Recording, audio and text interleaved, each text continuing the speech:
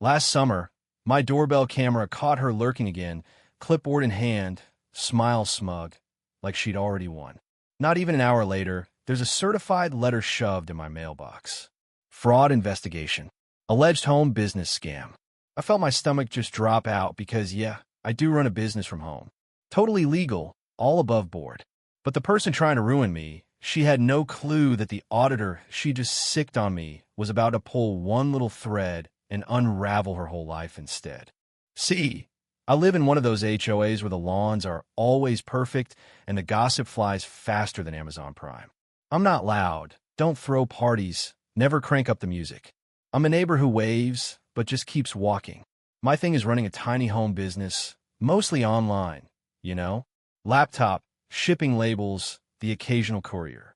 No sign, no foot traffic, no strangers rolling up. Some folks actually liked having me around.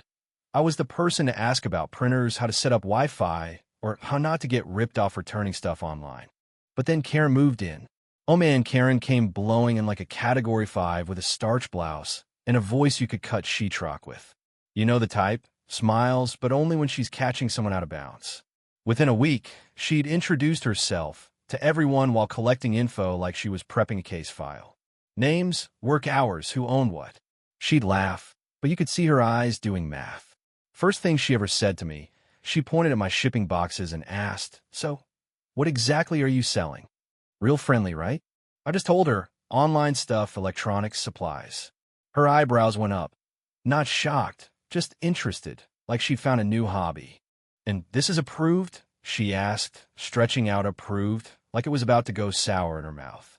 "It's legal, licensed, taxed, no clients come over." She just smiled, tight, and nodded, like she was humoring child. "Oh, I'm sure. I just worry about the neighborhood. People don't realize how many scams start from houses."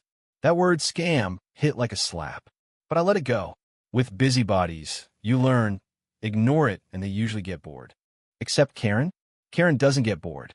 Over the next 2 weeks, she made my business her personal side quest.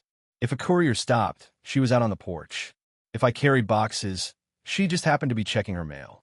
I even caught her once taking a picture of a shipping label before I could peel it off. I walked over, asked, "Did you just take a picture of my mail?" She didn't even flinch. I'm documenting unusual activity. I almost laughed, but she doubled down, multiple deliveries daily. It looks like reselling. That could be against HOA rules. It's not, I said, and photographing my packages isn't okay.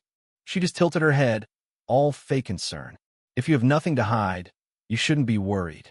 That right there? Something inside me snapped a little. Not that I lashed out. I just knew then Karen wouldn't stop. Ignoring her only made her escalate. Next day, I get an email from the HOA manager. "Are you running a retail storefront?" I sent back receipts, licenses, proof of zoning, and a little note. "No customers, just shipping." He replies right away. "Thanks, you're good." Thought that'd be the end of it. But Karen? She doubled down. Neighbors I'd waved at for years started avoiding me. One lady even asked, "You're not doing anything weird with taxes, are you?" I almost laughed. Who said that? She just got quiet. Oh, people are talking. If you've ever lived in an HOA, you know what people are talking really means. It's like a smoke alarm going off. Then one afternoon, there's this knock, 2 raps, pause, another like I'd committed the sin of not teleporting to the door. I open up, and there's a county auditor, badge out, face blank. "Good afternoon. We've received a complaint about possible fraudulent business activity at this address." For a second, everything in the world went silent. Fraud? Scam? My mouth just dried out. The guy stayed stone-faced. "Allegation is you're running an unregistered scam business, soliciting payments, avoiding taxes. Lots of deliveries, suspicious behavior. Even when you know you're innocent, there's nothing quite as sickening as hearing those words about yourself, right at your front door." I just nodded, stepped aside. "Come in. I'll show you everything." He paused, glancing over my shoulder, scanning my driveway. Then his clipboard, a stack of printouts, photos, even screenshots. Karen had built a whole case file on me. I felt anger and disbelief just roil up inside me. This complaint, who filed it? He didn't answer, just said, it was very detailed. I brought him to my office, Dumped every bit of documentation I had: license binder, invoices, tax confirmations, supplier contracts, shipping receipts. He asked sharp questions. How do you get customers? How do you accept payment? Any refunds? Do you have a website? Where's your inventory from? I answered them all. Then he paused on a page, squinting. Interesting, this complaint also mentions you're connected to a neighborhood investment group. My jaw dropped. What? He tapped his paper. Says you've collected money from neighbors, promised high returns, and used your business as a front. That a flat-out lie. I shot back. Never took a cent from a neighbor. Never ran an investment anything. His face finally cracked a little. Do you know anyone in the neighborhood who runs an investment club? Only one name popped into my head: Karen. She'd bragged about a wealth circle at the last HOA meeting. Said she was helping neighbors grow their savings. Everyone clapped. I never thought twice until now. Karen, I said, but I'm not involved. He wrote the name down, then asked something that made my skin crawl. Would you be willing to share any HOA communications, emails, complaints about money, investments, or scams? I nodded. Absolutely. As I opened my laptop, my phone buzzed. A text from a neighbor. Hey, did you get reported? Also random. Have you ever heard of Karen's investment thing? She's been pushing us to put in more money. And just like that, it all clicked. Karen hadn't just reported me. She tried to tangle me up in something much bigger. Right then, the auditor looked up, and for the first time, he was focused, like really focused. Did Karen ever invite you to invest with her? My blood went cold. She had, and I had screenshots. I pulled up weeks of messages, her voice notes, texts, the whole low-risk, guaranteed returns pitch, and that everyone's doing it line. He scrolled through, jaw tightening. She'd pushed me to join, made it sound private. No paperwork, no contracts, banks just slow things down. He exhaled, not quite a sigh, more like irritation. Did she explain where the returns came from? Rotating capital, short-term reinvestment, never straight answers. Just pressure to get in before the cycle closed. That word cycle hung in the air like a bad smell. He thanked me, told me not to talk to Karen, and left with copies of everything.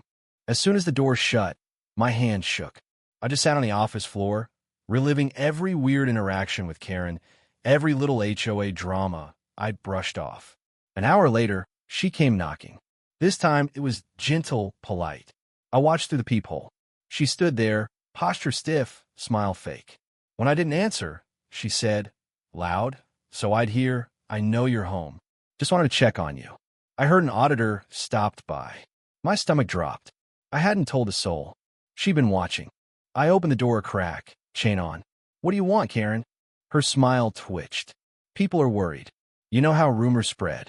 I almost laughed at the hypocrisy. Funny, you're the one who reported me. She did a dramatic gasp. Reported? No, I simply raised concerns. There's a difference. I stared at her. You accuse me of running a scam. Try to tie me to fake investments.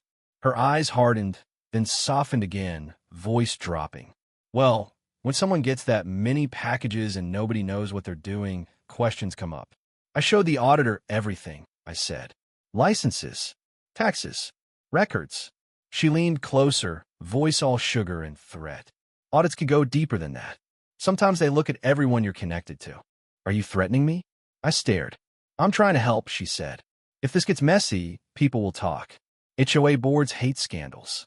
Maybe you shouldn't create one, I shot back. She dropped the act completely. You should be careful, she said ice cold. People who don't cooperate usually regret it. Then she walked away, like she hadn't just thrown a grenade into my life. That night, my phone wouldn't stop. Neighbors I'd barely spoken to were suddenly checking in. Some outright asked if their money was safe. One lady sent me a screenshot of a group chat. Neighborhood Wealth Circle. Karen was the admin, dozens of messages.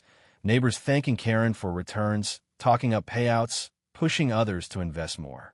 But the dates, early members got paid out, new folks were told to roll over profits. Anyone who questioned it got ignored or hushed.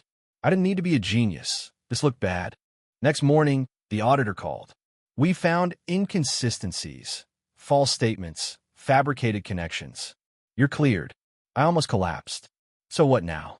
Your neighbor is under review for unregistered investment activity, Possible misrepresentation.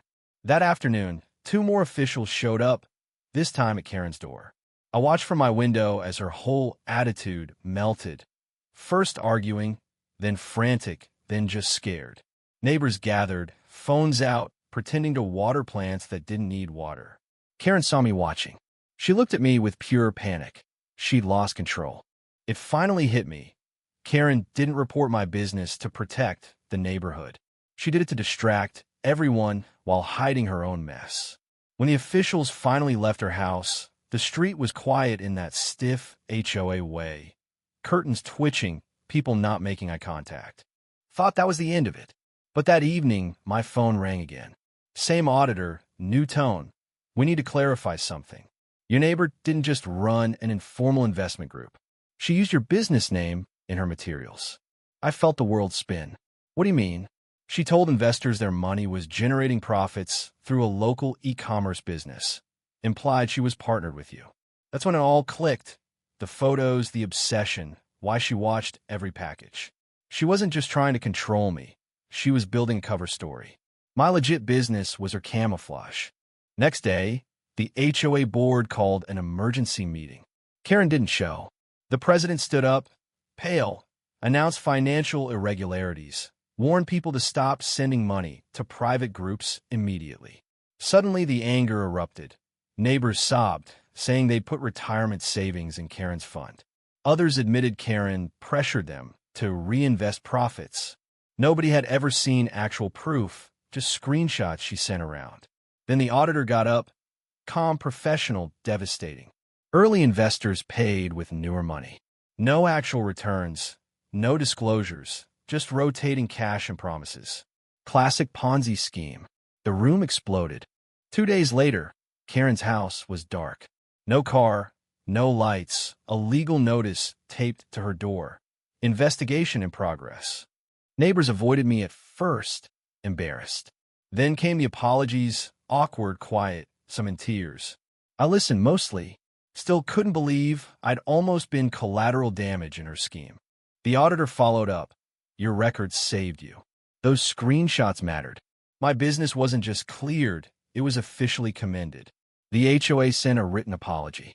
Karen was kicked off every committee she'd ever bullied her way onto. And the kicker?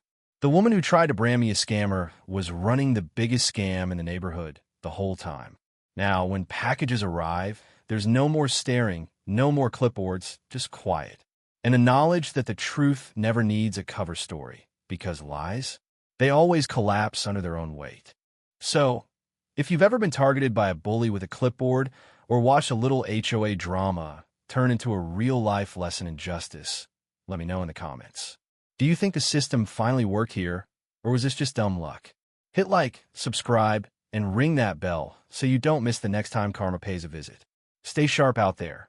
Sometimes the best defense is just keeping receipts.